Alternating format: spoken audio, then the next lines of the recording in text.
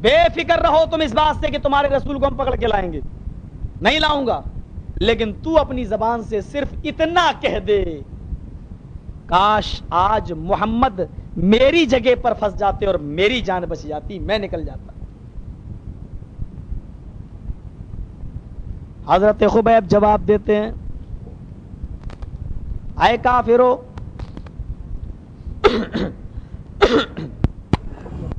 یہ بات مانی نہیں جائے گی کیونکہ 15 لوگوں کی گواہی مسلم ہے، اور اگر میں نے یہ کہہ دیا کہ نہیں تب بھی مجھے سنسار کیا جائے گا، لیکن لوگ میرے مرنے کے بعد، میری سنساری کے بعد لوگ مجھ سے یہ کہیں گے دیکھو زنا بھی کیا اور مرتے وقت جھوٹ بھی بولا کہ میں نے زنا نہیں کیا۔ مجھے یہ برداشت ہے کہ لوگ پتھروں سے مار مار کے مجھے قتل کر ڈالے، مجھے مار ڈالے، سنسار کر دیں، لیکن یہ منظور نہیں کہ میرے مرنے کے بعد لوگ مجھے جھوٹا کہیں۔ اے اللہ کے نبی کیا پوچھ رہے ہیں؟ کہا تو اپنے بارے میں بتا، عورت تجھے زناکار بتلا رہی ہے، یہ 15 لوگ تجھے کہہ رہے ہیں میں نے اس کو پکڑا، بول تو کیا کہنا چاہتا اپنی صفائی میں؟ کہتا ہے ہاں اے اللہ کے رسول، یہ زنا میں نے ہی کیا ہے، اس کی عزت میں نے ہی چھلنی چھلنی کی۔ معاملے کبھی کبھی اس حد تک پہنچ جاتے ہیں، ایک آدمی کو اپنی حقیقت بیان کرنے کے لیے سچ بول رہا ہے تو یہ جانتا ہے کہ ہم پھر بھی نہیں بچیں گے، اس نے جھوٹ بول دیا، چلو میں نے ہی زنا کیا ہے، کم سے کم میرے مرنے کے بعد تو مجھے جھوٹا نہیں کہا جائے گا، ٹھیک ہے اس کو اندر کرو، اور جمعے کے دن اس کو پتھروں سے مار مار کے ہلاک کر دیا جائے گا۔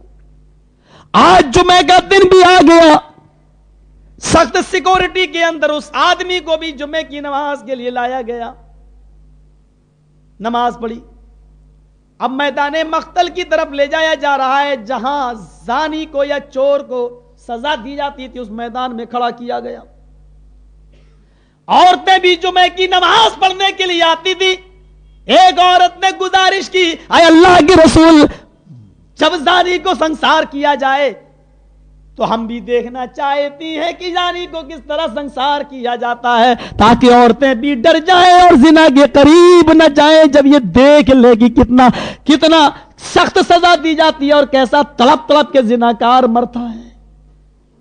آپ نے اجازت دے دی اور عورتوں کو ایک ایسی جگہ پر رکھ دیا جہاں مرد تو ان کو نہ دیکھ سکیں، لیکن عورت اس زانی کو جو سزا دی جا رہی ہے اس کا دیدار کر سکے، تڑپ تڑپ کے مرتا ہوا اس آدمی کو دیکھ سکے، اور زنا کا خوف ان عورتوں کے دلوں میں بھی آ جائے، کیونکہ زنا عورت کی طرف سے زنا کی پہل پہلے ہوتی ہے، مرد کی طرف سے بعد میں، اور اگر ایسا نہ ہوتا تو قرآن میں مؤنث کا جملہ پہلے نہ آتا، الزانیۃ والزانی فاجلدوا کل واحد منہما، زنا کرنے والی عورت اور زنا کرنے والا مرد دونوں کو 100 کوڑے مارو۔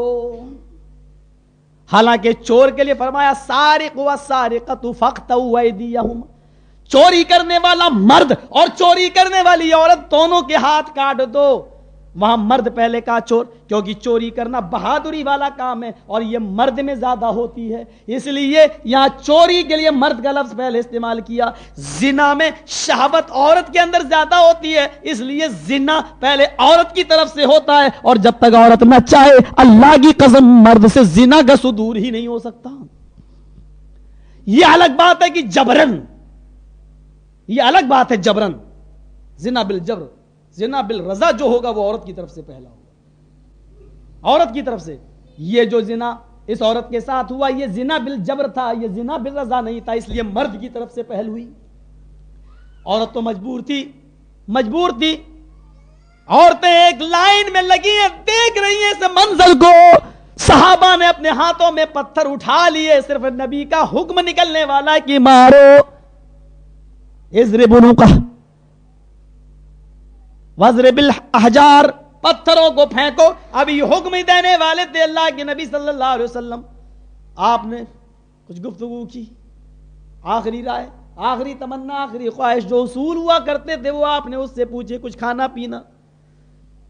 اس آدمی نے کہا اے اللہ کے نبی میری آخری تمنا یہی ہے کہ آپ اپنے صحابہ کو جلدی سے حکم دے دیجئے کہ وہ مجھے پتھر مارے تاکہ میری اس بہن کو تسلی ہو سکے جس کی عزت میں نے لوٹی.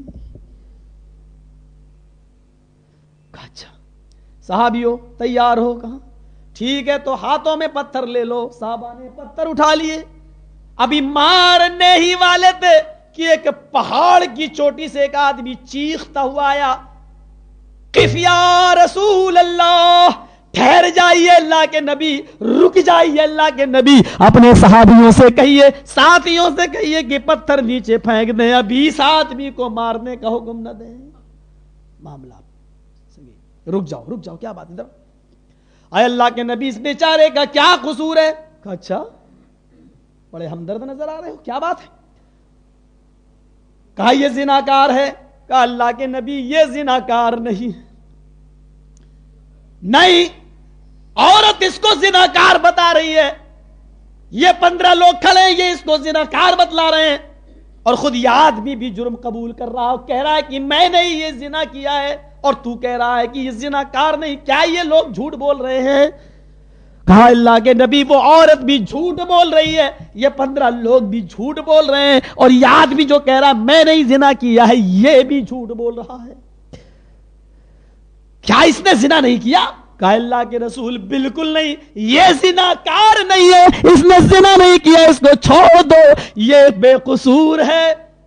کہا اگر یہ بے قصور ہے تو مجرم کو کیا زمین کھا گئی یا آسمان نکل گیا؟ کہاں گیا اصل مجرم, وہ گناہگار, وہ زانی کہاں ہے؟ کہا اللہ کے رسول وہ زناکار آپ کی آنکھوں کے سامنے کھڑا ہے, وہ مجرم آپ کے سامنے کھڑا ہے, وہ قصوروار آپ کی آنکھوں کے سامنے. اصل مجرم میں ہوں. اس عورت کی عزت کو میں نے چھلی کیا, اس عورت کی عزت کو میں نے لوٹا. معاملہ سنگین ہو گیا. عورت تو اس کو بتا رہی ہے, یہ لوگ اس کو بتلا رہے ہیں, اور یہ آدمی بھی اپنے آپ کو بتلا رہا ہے. کیا بات ہے؟ اب اس سے پوچھا جو بے قصور تھا, اللہ کے رسول کیا بات ہے, یہ کیا کہہ رہا ہے؟ کہا میں نہیں جانتا کہ یہ قصوروار ہے یا نہیں, کیونکہ یہ دوڑ رہا تھا اللہ کے رسول, میں نے اس کی پیٹھ تو دیکھی ہے, اس کا چہرہ نہیں دیکھا, اس لیے میں بتا نہیں سکتا کہ یہی تھا کہ کوئی اور تھا. کہا تم اس کو پکڑنے کے لیے دوڑ رہے تھے؟ کہا اللہ کے رسول میرے آگے کوئی تھا, میں اس کو پکڑنے کے لیے دوڑ رہا تھا, یہ اقبال جرم کر رہا ہے تو یہی ہوگا. تم نہیں تھے؟ کہا اللہ کے رسول میں نے یہ سوچ کر اقبال جرم کر لیا کہ میرے مرنے کے بعد لوگ مجھے جھوٹا نہ کہیں. آپ نے کہا اچھا. ان لوگوں سے پوچھا کہ کیا کہتے ہو, تم نے اس کو پکڑا اور یہ بھاگ رہا تھا. کہا اللہ کے نبی میرے آگے تو یہ بھاگ رہا تھا, لیکن اتنا سچ ضرور ہے کہ جب میں نے اس کو پکڑا تھا تو یہ کہہ رہا تھا مجھے چھوڑو, میرے آگے کوئی بھاگ رہا ہے. یہ کہا تھا کہ ہاں. کہا اس عورت کو بھی بلا لو, پھر سے دیکھ لے ان دونوں میں اصل مجرم کون ہے, تاکہ کوئی بے قصور نہ مارا جائے. اس عورت کو بلایا, ادھر آؤ. آئی, دونوں مجرموں دونوں کو سامنے رکھا, اصل مجرم کو بھی اور بے قصور کو بھی, اور اس عورت سے کہا قریب سے آ. اس عورت نے بالکل قریب آئی, کہا دیکھ لے ان دونوں میں اصل مجرم کون ہے. اس نے ایک بار اس کو دیکھا, قریب سے اس کو بھی دیکھا, اس کو دیکھا, اس کو دیکھا, اس کو دیکھا, اس کو دیکھا, بار بار دیکھتی ہے. اللہ کے نبی فرماتے ہیں بتا کس نتیجے پہ پہنچی اصل مجرم کون ہے؟ کہنے لگی اے اللہ کے رسول رات اتنی اندھیری تھی کہ زنا کرنے والے کا چہرہ مجھے دکھائی نہیں دے رہا تھا, اب مجھے معلوم نہیں کہ ان دونوں میں اصل مجرم کون ہے. اے اللہ کے نبی یہ اقبال جرم کر رہا ہے تو یہی ہوگا, مجھے نہیں معلوم, رات بہت اندھیری تھی, زنا کرنے والے کا چہرہ مجھے نظر نہیں آ رہا تھا, اب ان دونوں میں سے کون اصل مجرم ہے مجھے نہیں معلوم, یہ قبول کر رہا تو یہی ہوگا, اسی کو سنسار کر دیجئے. آپ نے کہا جاؤ اس کو میدان میں لے جاؤ. اس کو میدان میں لے جایا گیا, پتھر صحابہ نے اٹھا لیے. اچانک نبی کی پیشانی پہ پسینہ آنے لگا, آپ بیٹھ گئے. صحابہ سمجھ گئے کہ وحی کا نزول ہو رہا ہے, جبرائیل کوئی خبر لے کے آئے. تھوڑی دیر میں مسکراتے ہوئے اٹھے, کہا صحابیوں اللہ نے اس آدمی کی توبہ کو پہاڑی کے پیچھے جو یہ کر کے آیا قبول کر لیا ہے, اس کو معاف کر دو, اس کو چھوڑ دو, اللہ نے اس کے گناہ کو معاف کر دیا ہے. کہا اللہ کے رسول زناکار کی سزا تو ملنی چاہیے, اس نے ایک عورت کی عزت کو لوٹا ہے, اس کو سنسار ہونا چاہیے. فرمایا ہاں سنسار کرو, ایک زناکار کو اس کی زنا کی سزا ملنی چاہیے, لیکن اس نے گناہ تو کیا ہے, اس کی سزا دیتے ہو دو, لیکن یہ بتاؤ اس نے وقت پر پہنچ کر ایک بے قصور کی جان بھی بچائی ہے. اگر وہ وقت پر نہ آتا تو ایک بے گناہ مارا جاتا. اس بے قصور کی جان بچانے کا انعام اس کو کیا دیتے ہو؟ اللہ نے اس کو یہ انعام دے دیا ہے اور اس کی توبہ قبول کر لی ہے. تم بھی اس کو معاف چھوڑ دیا گیا اس کو. یہ پورا واقعہ میں نے آپ کے سامنے رکھا. کوئی ماں کا لال اس کو واقعے کو جھوٹا کہنے کی جرت نہیں رکھتا, اور جب جھوٹا نہیں کہہ سکتا تو اس واقعے سے حدیث کے کتنے مسئلے مستنبط ہوتے ہیں نکال لو اور اس پر عمل کرنا شروع کر دو. واقعہ مانتے ہو صحیح ہے تو اس سے کتنے مسئلے نکل رہے ہیں. عورت فجر کی نماز پڑھنے کے لیے نکلی. پہلا مسئلہ تو یہ نکلا کہ اللہ کے نبی کے زمانے میں عورتیں صرف جمعہ ہی پڑھنے نہیں آتی تھی بلکہ 5 ٹائم کی نمازیں مسجد میں پڑھتی تھی, حتیٰ کہ فجر کی نماز بھی. دوسرا مسئلہ اس حدیث سے یہ نکلتا ہے کہ عورت کہہ رہی ہے اللہ کے نبی ان دونوں کو سامنے کھڑا کر کے, مجھے نہیں معلوم, رات بہت اندھیری تھی اور اندھیرے کی وجہ سے مجھے زناکار کا چہرہ دکھائی نہیں دے رہا تھا. اے اللہ کے نبی اصل مجرم مجھے نہیں معلوم. فجر کی نماز پڑھنے کب نکلی ہوگی؟ جب اذان ہو گئی ہوگی. فجر کی اذان کے بعد نماز کے لیے نکلی اور زناکار نے پکڑ لیا اور وہ زناکار کا چہرہ نہیں پہچان پائی. یعنی فجر کی نماز اتنے اندھیرے میں ہوتی تھی کہ بغل والا بغل والے کو نہیں پہچانتا تھا, یعنی افضل وقت میں ہوتی تھی. ہم غور کریں کہ ہم فجر کی نمازیں کب پڑھ رہے ہیں؟ جب سورج نکلنے والا ہوتا ہے. اسلامی کیسٹ کا مرکز سلفی کیسٹ سینٹر منظور کالونی گجر چوک کراچی. غلط میں ہوتی تھی اور پڑھتے پڑھتے اسفار ہو جاتا. تو عورت اسی وقت نکلی تھی. اس عورت نے بتایا کہ ان دونوں آدمیوں کو ہم پہچان نہیں پائیں گے اصل مجرم کون ہے, کیونکہ رات بہت اندھیری تھی. 2 مسئلے نکلے. تیسرا مسئلہ یہ نکلا کہ اللہ کے نبی کے زمانے میں اتنا بڑا فتنہ ہو گیا, ایک عورت کی عزت لٹ گئی, زنا تک ہو گیا. آج آپ اپنی عورتوں کو کیا کہتے ہو؟ حضرت عمر نے عورتوں کو منع کر دیا تھا. کیوں منع کر دیا تھا؟ فتنے کا زمانہ ہے, اب عورتیں نہیں آئیں. ہم بھی عورتوں کو مسجدوں میں جانے سے اس لیے روکتے ہیں کہ فتنے کا زمانہ ہے. اس سے بڑا فتنہ اور کیا ہو سکتا ہے کہ ایک عورت کی عزت لٹ گئی, ایک عورت کے ساتھ زنا ہو گیا. اللہ کے نبی تو سمجھ رہے تھے کہ فتنہ کتنا خطرناک ہے. آپ کہہ سکتے تھے آج کے بعد اب کوئی عورت فجر کی نماز پڑھنے نہ آئے, آپ اپنے گھروں میں پڑھے. اتنا بڑا فتنہ اور اتنی بڑی مصیبت اس عورت کی اوپر آ گئی اور اتنا بڑا فتنہ پیدا ہو گیا. لیکن اس کے باوجود اللہ کے نبی نے یہ نہیں کہا کہ آج کے بعد عورتیں اپنے گھروں میں نماز پڑھ لیں, بلکہ آپ نے یہی کہا کہ عورتوں کو مسجدوں میں آنے سے مت روکو. اتنا بڑا فتنہ ہو جانے کے بعد جب نبی نے عورتوں کو مسجدوں میں آنے سے نہیں روکا تو اے دین کے ٹھیکیداروں تم کون ہوتے ہو عورتوں کو مسجدوں میں آنے سے روکنے والے؟ بہت آسان مسئلہ ہے میرے پیارے ساتھیوں. ذرا اس سے چوتھا مسئلہ نکالیے. اللہ کے رسول کو علم غیب نہیں تھا. اگر علم غیب ہوتا تو ایک بے قصور کے بارے میں فیصلہ نہ دیتے کہ اس کو سنسار کر دو. وہ تو یہ کہو کہ آدمی آ گیا, نہ آتا تو اللہ کے رسول اس آدمی کے قبولیت پر, اس آدمی کے اقبال پر, جس نے خود ہی یہ کہہ دیا کہ ہاں میں نے ہی یہ کام کیا, اس کے اقبال پر آپ اس کو سزا دے رہے تھے. کیونکہ مجرم خود ہی کہے کہ ہاں یہ بم میں نے چھوڑے ہیں تو پھر بتائیے کہ حکومت کیا سزا دے گی. یہ مسائل نکلتے ہیں. میرے بھائیوں, میں آپ کے اس علاقے میں آیا, لمبی تقریر بھی میری ہو گئی اور وہاں میں نے اب تک میرے 1 گھنٹے 1.5 گھنٹے کے پروگرام ہوئے, آپ کے یہاں کچھ زیادہ ہو گیا. میں نے آپ کا یہ مدرسہ بھی دیکھا جو اس مسجد سے منسلک ہے. میرے بھائیو, آج کل تعلیم کی بہت ضرورت ہے اور یہ ساری باتیں جب تک علم نہیں ہوگا ہمارے پاس نہیں آئیں گی. ہم آپ سے اس بات کی گزارش کرتے ہیں کہ اس طریقے کے دینی اداروں کے لیے آپ بھی دعا کریں, مالی تعاون بھی کریں اور جو بھی جس حیثیت سے ہو اس کی مدد کرتے رہیں. اللہ تعالیٰ دن دونی اور رات چوگنی آپ کو ترقی عطا فرمائے. حضرت آدم علیہ السلام کی قبر مبارک کہاں ہے واقعہ؟ اچھا ایک بات بتائیے, کیا میدان محشر میں اس بات کا سوال ہوگا کہ آدم علیہ السلام کی قبر کہاں ہے؟ چلو میں بتا دیتا ہوں کہ ہندوستان کے اندر ہے, فلاں جگہ ہے یا فلاں جگہ. تو یہ بتائیے ان تمام لایانی سوالوں سے کون سی آپ کو جنرل نالج بڑھانا ہے؟ پوچھو کہ آزر کے باپ کا کیا نام تھا, ابراہیم کے دادا کا کیا نام تھا. یہ سارے سوالات میرے بھائیوں قیامت کے دن نہیں پوچھے جائیں گے. جو چیز پوچھی جا رہی ہے ان کو آپ دیکھیے. آپ کو کیا کرنا ہے؟ ایوارڈ لینا ہے کیا؟ میرے پیارے ساتھیوں, بہت سی چیزیں ایسی ہوتی ہیں جن کے کوئی سوالات نہیں ہیں. نہیں بھائی آپ زیادہ نہیں. آپ لوگ وہ مدرسے کے بارے میں کس نے اعلان کیا تھا؟ ایک بار اور اعلان کر دو صاحب. خطبہ جمعے میں آئندہ دنوں میں اپنے پروگراموں کا شیڈیول برائے مہربانی آگاہ فرما دیں. بھائی اگلا جمعہ تو مجھے معلوم ہے لیکن اس جگہ کا نام نہیں معلوم ہے. ایک جمعہ ہے میرا, وہ ہم آپ کو پھر بتا دیں. جمعہ کا خطبہ بہت ہی مختصر ہوتا ہے اور ہونا بھی چاہیے, اور آج وقت کچھ زیادہ ہو. ہمارے ہاتھ میں بھی نہیں تھا کہ میں وقت سے پہلے پہنچتا کیونکہ ٹریفک کافی تھا جس کی وجہ سے ہم کو یہاں آنے میں لیٹ ہوا. اب میرے سامنے بڑی الجھن یہ ہے کہ میں اس 15 منٹ میں 20 منٹ میں آپ کے سامنے کون سی بات رکھوں. اور کہاں سے شروع کروں اور کہاں پہ ختم کروں، کیونکہ کچھ لوگوں نے راستے میں مجھ سے کہا کہ آپ 1:45 تک کھینچ سکتے ہیں، کچھ لوگوں نے مجھ سے یہ بھی کہا کہ یہاں بزنس مین لوگ زیادہ آتے ہیں اور ان کا وقت بہت ہی محدود ہوتا ہے، اور ابھی جب میں ممبر پہ بیٹھا تو مجھے یہ حکم ملا ہے کہ 1:30 بجے سے آگے آپ نہیں جا سکتے۔ میرے سامنے بڑی الجھن ہو جاتی ہے ایسے موقع پر کہ میں سوچ کے آتا ہوں کچھ اور، لیکن پھر مقرر کے سامنے اور خطیب کے سامنے ایک بہت بڑی الجھن ہوتی ہے، کیونکہ یہ ہم نے ایک فرض کی اہمیت اس کو دے دی ہے کہ جو ہم نے وقت متعین کیا اسی وقت پر ایسا ہونا چاہیے۔ حالانکہ اللہ کے نبی صلی اللہ علیہ وسلم کے زمانے میں کوئی گھڑیاں نہیں تھیں، لوگ وقت سے پہلے آ جاتے تھے، وہ ایک ماحول بنا ہوا تھا۔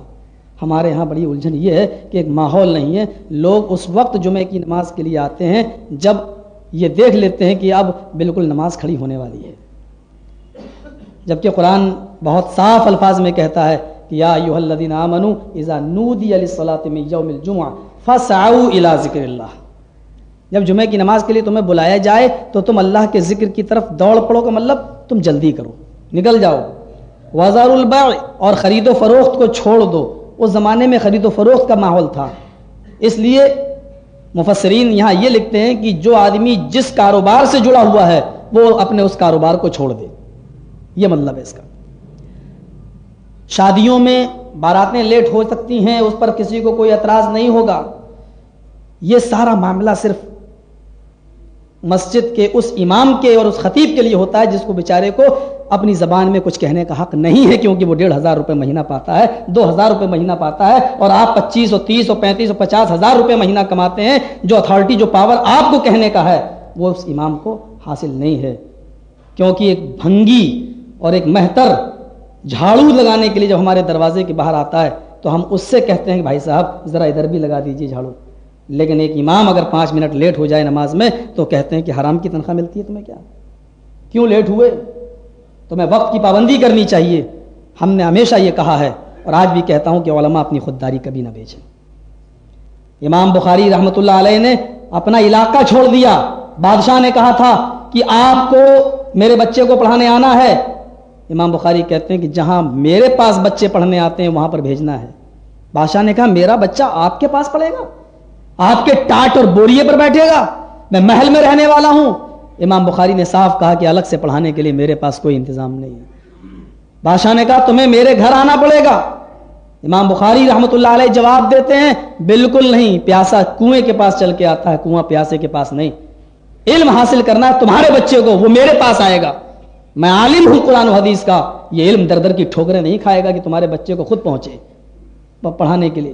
جو علماء اپنے بچوں کو یا دوسرے بچوں کو ٹیوشن پڑھانے جاتے ہیں وہ امام بخاری کے اس واقعے سے اندازہ لگائیں کہ ٹیوشن پڑھانے جانے میں اور اپنے گھر پہ بلا کے بچے کو پڑھانے میں ان دونوں میں کیا فرق ہے، اور بچہ علم کہاں حاصل کر سکتا ہے، اس کے گھر پہ اس کو پڑھایا جائے وہ، یا دوڑ کے یا چل کے کسی کے گھر پڑھنے جائے تب۔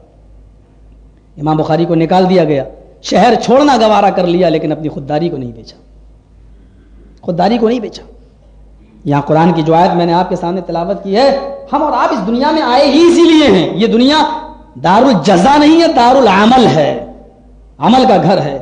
یہاں ہم کچھ بونے کے لیے آئے ہیں اور اس کا پھل ہمیں اوپر کاٹنا ہے۔ دار الجزا و سزا اوپر ہے، یہ دار العمل ہے۔ لا تزر وازرۃ وزر اخرى، قیامت کے دن کوئی نفس کسی نفس کا بوجھ نہ اٹھائے گا، کوئی انسان کسی دوسرے انسان کا بوجھ نہیں اٹھائے گا، کوئی کسی کا مالک نہیں ہوگا۔ الیوم لا تملک نفس لنفس شیئا، آج کے دن کوئی نفس کسی نفس کی مالک نہیں ہے۔ اللہ کے نبی صلی اللہ علیہ وسلم بھی ڈائریکٹ شفاعت نہیں کریں گے، سفارش نہیں کریں گے، بلکہ سجدے میں گر جائیں گے۔ سارے پیغمبر منع کر دیں گے کہ میں سفارش کے لائق نہیں ہوں، تب اللہ کے نبی کے پاس سارے لوگ آئیں گے اور سفارش کے لیے کہیں گے، اللہ کے نبی اپنا سر زمین پر رکھ دیں گے، سجدے میں گر جائیں گے اور اللہ کی تعریف حمد و ثنا بیان کریں گے جتنی اللہ چاہے گا۔ پھر پکارے گا ارفع راسک یا محمد سل توتا، بخاری کے الفاظ پر غور کیجئے، ارفع راسک، اے نبی اپنے سر کو اٹھاؤ، بہت میری حمد و ثنا تم نے بیان کر لی، اٹھاؤ اپنے سر کو، ارفع راسک، اپنے سر کو اٹھاؤ، سل مانگو توتا جو مانگو گے تمہیں دیا جائے گا. بتاؤ کیا مانگتے ہو تم؟ سل سوال کرو توتا دیا جائے گا.